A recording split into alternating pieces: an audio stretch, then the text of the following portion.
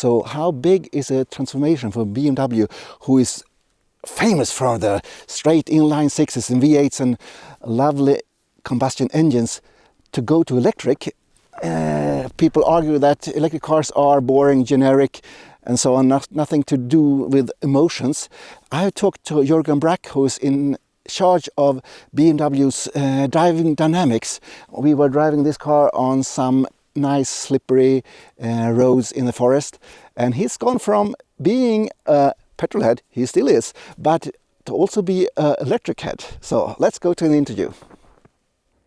Yeah, we decided to build this track to have a one-way direction, no other traffic. I'm head of driving dynamics for all the BMW Group cars, so from Mini up to Rolls-Royce. Wow, you're the right man. Yeah, responsible for Mini up to Rolls-Royce, and not only the final tuning in the car, also from the first scratch of the layout of a chassis, for building a chassis architecture, on the mechanical side as well as on the E/E side. So this must have been the biggest challenge for you. This is really an amazing challenge. Yeah. Especially with this new E/E architecture, yes. and to bringing together both worlds, the powertrain and the chassis and driving dynamics as well. Yes. It's a whole new ballpark for you to do a really sporty or dynamic electric car. Also to get some of the personality back from electric cars, because a lot of people says electric car, have you driven one? You have driven them all.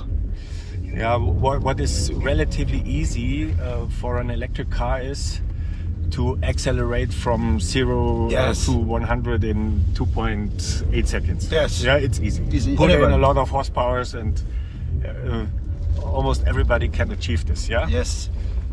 But this is not the BMW way. No. It's only a little part. It's one part of the whole story. Yeah. Of course. The BMW genes, the DNA looks for predictable behavior, agility in driving dynamics, in preciseness, in stability at the end, to be safe on the road.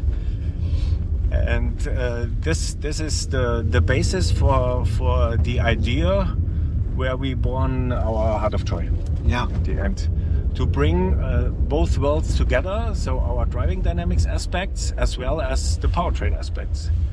And with the electric motors, especially when we have two, front and rear, we have two very strong and dynamic actuators, which we can use for driving dynamics aspects. Yeah.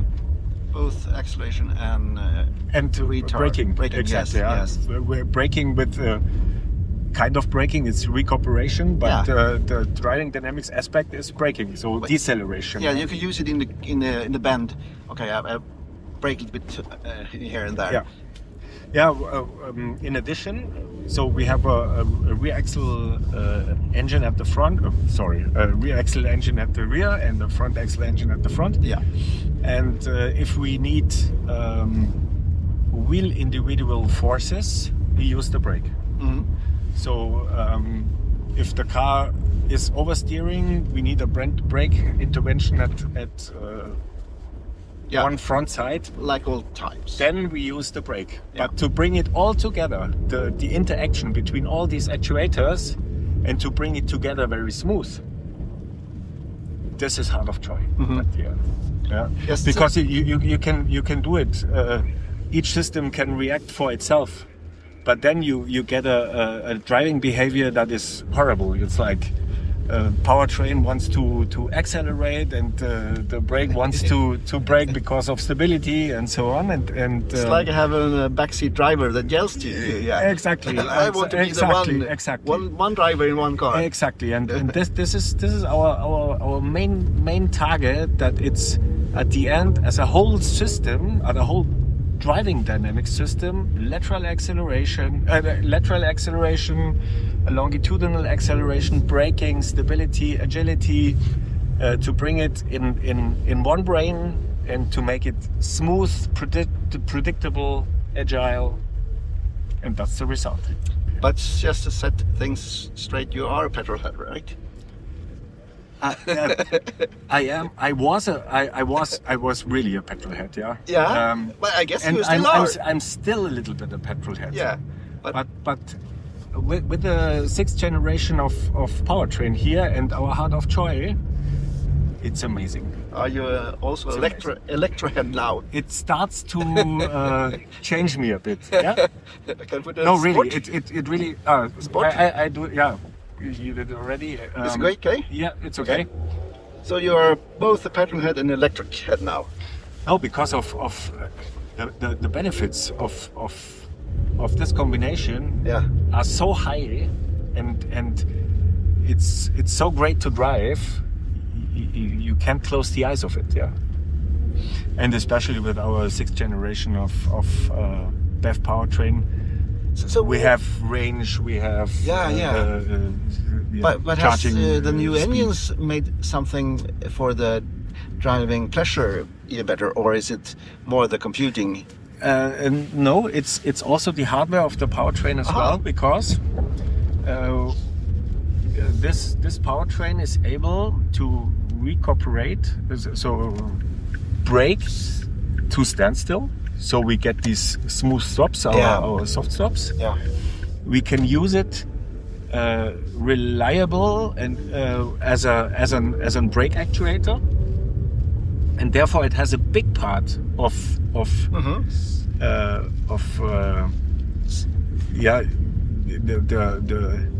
the possibility to do a BMW at the end. So the former engine were not able to do the same things that this one can Exactly. do. Is it the power of regeneration mostly? To be honest, I'm not a powertrain man, but it's the possibility to recuperate to the standstill and recuperate a high amount of energy and reliable. It's not when the battery is at exactly 20 degrees, we can recuperate. So we can recuperate almost every time, and we don't need the brake, and so it's very reliable, and it's a need for a predictable driving behavior. Okay. Are we going at the same speed as before when I was in that car? Now? Is he driving this as quick as he did before? Yes. Yeah. I think it's almost the same speed. Because it feels like double the speed in that car. in the pace car before.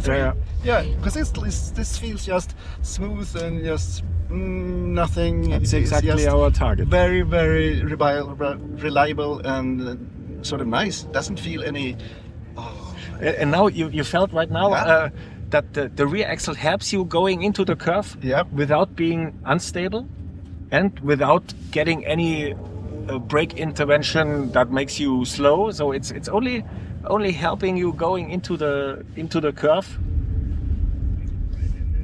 And the one thing that is much better is acceleration. You can put in exactly the amount of energy or to the surface that tires can cope with. So and it's just much more stable during acceleration. Yeah, but that's what because we are very quick in our regulation. We are very, very quick. As soon as we recognize a little slip to the wheel, it's only a little slip, then we are very quick to our heart of joy with our calculation, and very quick to the e-motor, lowering the torque again. So you won't almost recognize it. No. Than you did in former cars, for example. Then the wheel slips. In this car, the wheel slips all the time. Exactly. You can see the wheels and just then turning. you hear the engine revving. Acceleration, deceleration. Yeah. And this one. And this is because our fast brain. So that's one of the parts that makes this car better, and also I felt when he was driving it, had more understeer, going a little bit quick in the corners. It was sort of pushing, but this one helps me, and not so I will not understeer so much. That's what I meant. It's not an oversteering, but the rear axle helps you going into the curve. The rear axle, the geometry, maybe, or it's no. Sorry, it's wrong words. Okay.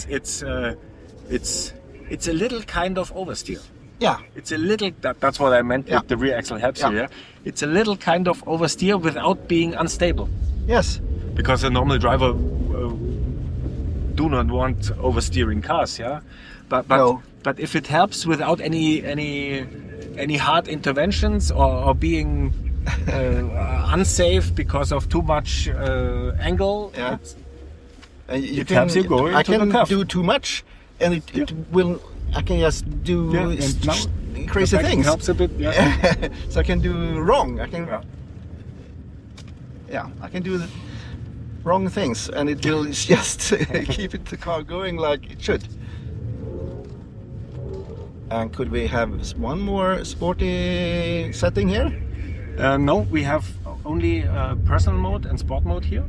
Could we have personal mode without DSC? Yes, we can do with. I would recommend DTC mode. Okay. So there's still slight interventions, but not that much. Okay.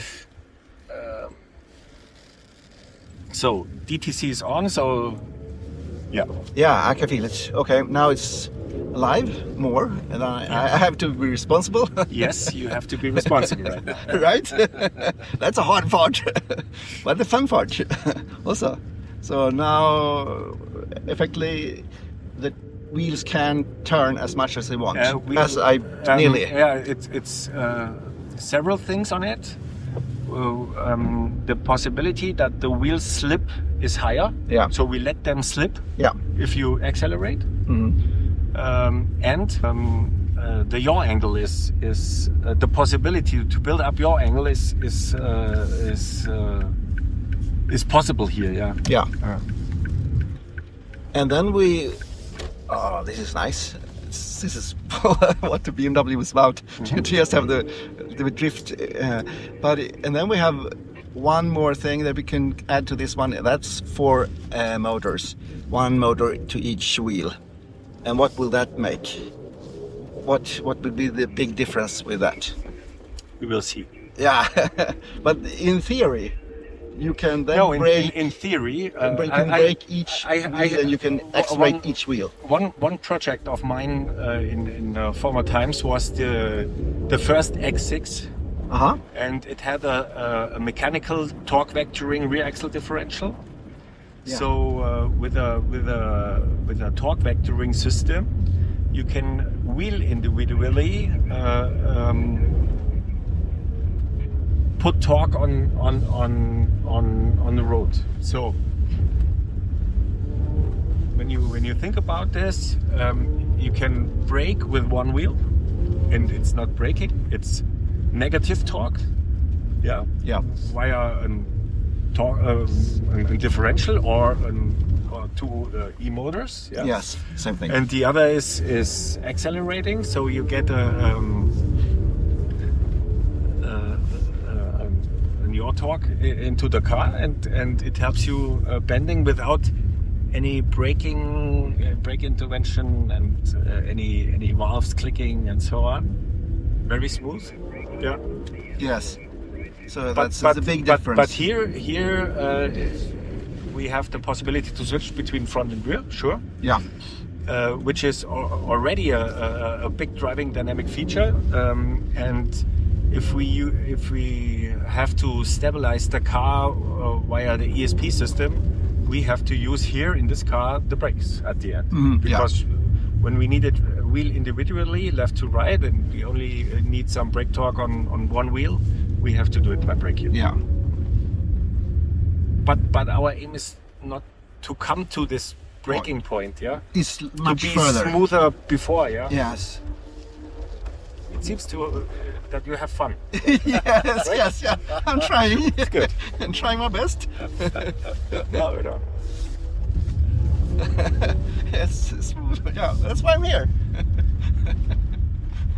And the car feels really nice and does what I hope it will be do. So it's both agile and fun, and sort of demanding as well. If you switch things off. If you switch off, yeah. But you wanted to have have it like this. Yes, I still enjoy a little bit of a slip. Don't you? I do. Yeah. And I feel comfortable. Yeah. So do you think that the electric cars can higher the level of driving enjoyment? I think we did already with this car. Yeah. Yes. Really. Yes. Yes. It's amazing. It's really amazing. These conditions are so hard for a normal driver, and we were talking very easily, and yeah. So it's a different level. Yeah, he was pushing or working more with the car than I'm doing with this car. Yes. And he's really a skilled driver. Yes. I'm just following him with it, but it's like walking. Yeah. Just normal stroll. It's nothing. And now the second lap we are quite a bit faster than before. You are? Because you asked me, are we the same speed? Yeah, Or yeah. Now we are faster than before. Yeah. Good. Yeah, just keep. It's okay. Yeah, exactly. It's fun. It feels predictable, and the thing is actually then that it's so quick to react on my reactions. Exactly. If you would say it simply.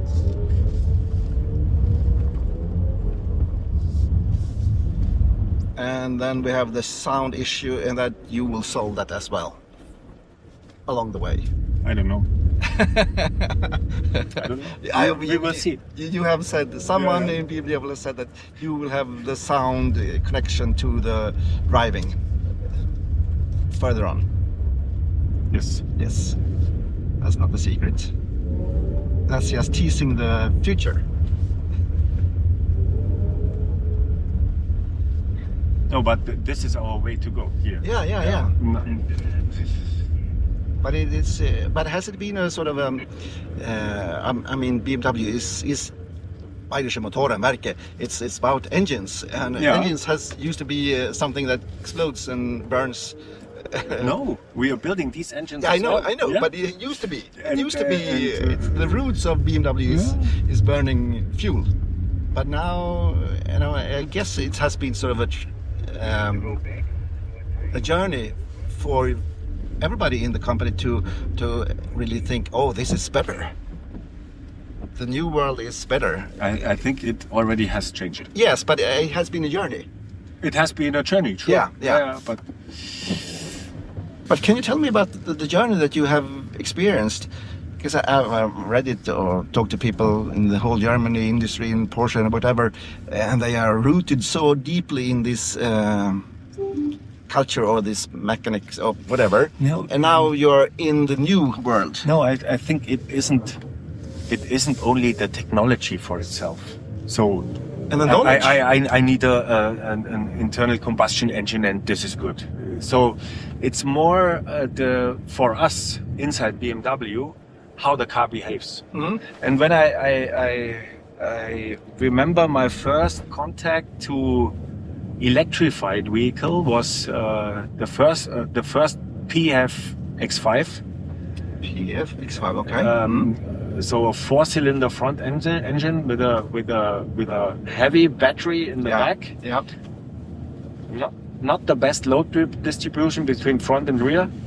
Driving behavior was not that good. So nobody liked that car inside BMW, because it wasn't good. Yeah. When I look right now at the X5 PF, our actual PF, we changed the position between from the fuel tank to the battery. The load distribution is much better. The car is amazing. Nobody complains about a PHEV X5 anymore because it's not because of technology, it's because of the behavior, the whole behavior of the car. And it's, for me, it's the same with a electrified car. If it is a car that runs 0 to 100 in 2.8 seconds, but the rest doesn't work, yeah, nobody likes it. No. and especially inside BMW, because we know BMW is much more than this. Yeah. But now we are at a point with this architecture, with this car, it completely changed. Yeah. So this is the car that changed it. It's a aha effect in the car that you say, wow. And in the company as well. What is for me? It's not only for me. It's inside the company. Yeah. Sure. So, but again, it's not electrification. It's not internal combustion. It's about the whole story of the car. Mm-hmm. And the story is, to me, perfect. And that's the reason why. And the easiest way is when the car itself tells the story. Mm-hmm. If you do not have to talk about the image, and everybody comes back and says, "Wow, what a car!" Yeah, it's done. And this happens inside BMW at this moment too. So I'm in good mood. This is yes, and you know what I mean. Yes, when talk about the weight distribution, this car has it between the axles and very low.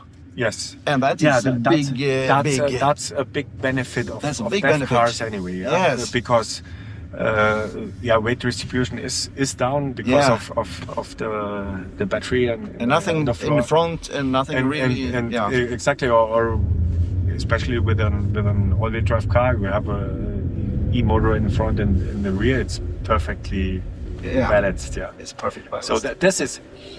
We like this from the driving dynamic side very much. Sure. This is the basis. This is the DNA of the car where we build up. And then you will, in future, will just evolve further on. So there will be more. When I drive the car, I can feel, okay, this is the BMW feeling. This is the whatever brand feeling. So because it was a little bit lost, I think, with the electrification, the DNA of how car behaves. What is a BMW? I mean, generic is the word, but now maybe we are. This is just so smooth. It's just ridiculous smooth. No. Harsh interventions. Yeah, I remember the first A-Class after the ELK test, and they put on the ESP, and you could drive it. It was a it was like spasmic. It was really crazy. And what about the within the company? You must have you must learn so much more. I mean, you were specialized in engines and combustion engines. Now you have to be specialized in a new field, and you have to retrain people. This and is a really big change inside the development departments. Maybe thought, okay, especially battery. Is the knowledge inside the or the knowledge of the development of batteries is enormous, and it built up from scratch. Well, it's generation 6, so we increased it. Sure. But yes, new area. Yes, but the hero of the BMW was the combustion engine, and now the hero of BMW is what? Is it the batteries? No. It's no. For me, it's not. Sorry, for me, it's not the internal combustion engine. It used to be. It's the BMW as a product itself. Yeah. So it speaks. It's not only engine. It's driving behavior. It's, as I said before. So as soon as we it's a whole symphony, you know. Yeah. It's not only the piano. It's not only cello. It's the whole symphony. And as soon as we reach our perfect whole symphony, we don't care about what's underneath. You know what I mean? Yeah. How it sounds. And we how have it sounds the perfect symphony at the end here. How it sounds is the important thing. How you create this sound is not the important thing, right? Exactly. Right. That's it. So how we create the perfect driving machine is not important. It's the driving machine that is important. Yeah. At the end. Yeah. It's like it. Good. But the hero was the engine. Was the hero of BMW was the straight six whatever V8. You know, that was the thing that. But also fast laps of Nürburgring. Oh, of that's course. not only No, train, no, yeah? of course not. For example, yes. Yeah, I agree.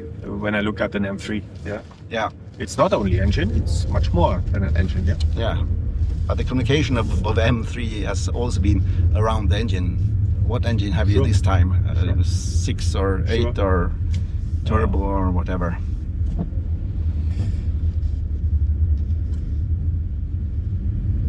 But it's smooth and fun. So we can park on the left side of the M3, so between the M4 and. Beside this, the on grey the left one. side of the grey one, yeah. Yeah. Okay. So behind him. Yeah. So thank you for the ride and the talk. Thank you for joining me here at the station. Yeah. Thank you very much. Thank you. Great.